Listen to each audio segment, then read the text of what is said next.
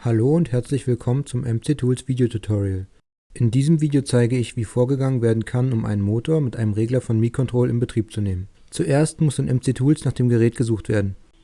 Sind die entsprechenden Geräte gefunden, kann die Suche beendet werden. Durch Klicken auf das Gerät kann dieses ausgewählt werden.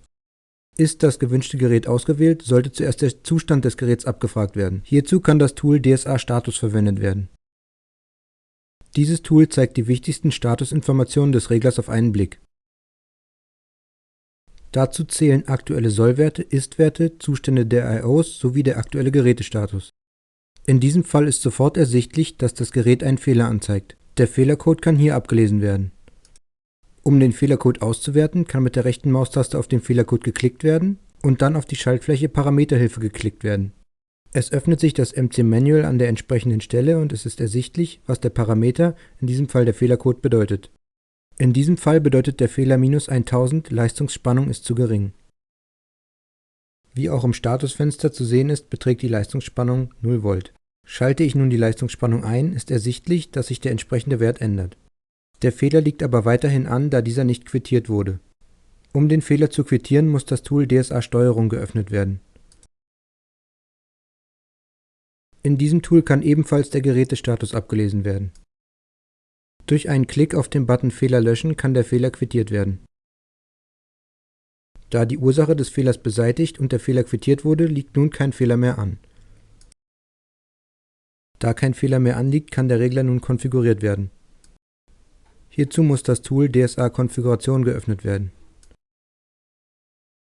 Auf dem ersten Reiter können die Basiseinstellungen vorgenommen werden. Dazu gehören Motortyp, Nennspannung und Drehzahl, Polanzahl des Motors, Rückführung des Positionierreglers, Rückführung des unterlagerten Drehzahlreglers sowie die Polarität der Rückführung. In meinem Fall ist ein bürstenloser Gleichstrommotor angeschlossen. Nennspannung und Drehzahl sind mir nicht bekannt, deswegen ignoriere ich die Einstellung vorerst. Die Polanzahl des Motors beträgt in meinem Fall 10. Und der Motor verfügt über einen Inkrementalencoder. Aus diesem Grund stelle ich die Rückführung beider Regelkreise auf Inkrementalencoder. Da ich momentan noch nicht weiß, wie die Polarität der Rückführung ist, ignoriere ich diese Einstellung vorerst. Nun wechsle ich zu dem Reiter Rückführung.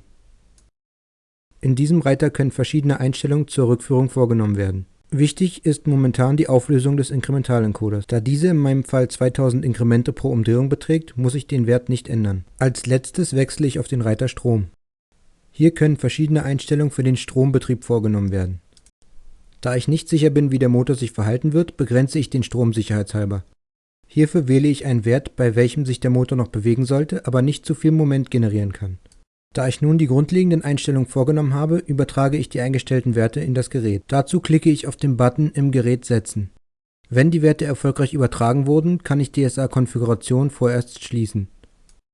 Als nächstes werde ich versuchen, den Motor in Bewegung zu setzen. Dazu öffne ich zuerst DSA Steuerung. In diesem Tool können grundlegende Fahrbefehle an den Regler gesendet werden. Um zu prüfen, ob die Polarität der Rückführung korrekt ist, wähle ich die Betriebsart Strom. Nun gebe ich die Endstufe des Reglers frei. Jetzt gebe ich einen Sollwert vor. Mit dem Button Setzen übertrage ich den Sollwert an das Gerät.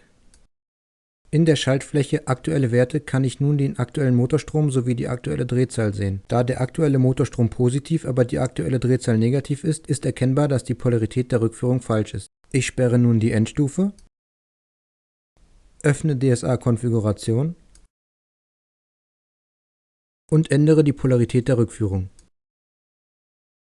Da meine Rückführung über den Inkrementalencoder läuft, setze ich ein Häkchen bei Inkrementalencoder. Ich übertrage die Werte erneut, wechsle wieder zu DSA Steuerung und gebe die Endstufe erneut frei. MC-Tools weist mich nun darauf hin, dass bereits ein Sollwert vorgegeben wurde.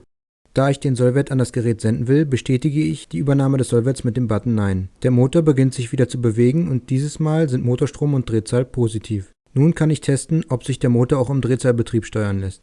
Dazu sperre ich zuerst die Endstufe, wechsle auf die Betriebsart Drehzahl, gebe die Endstufe erneut frei und gebe eine Solldrehzahl vor.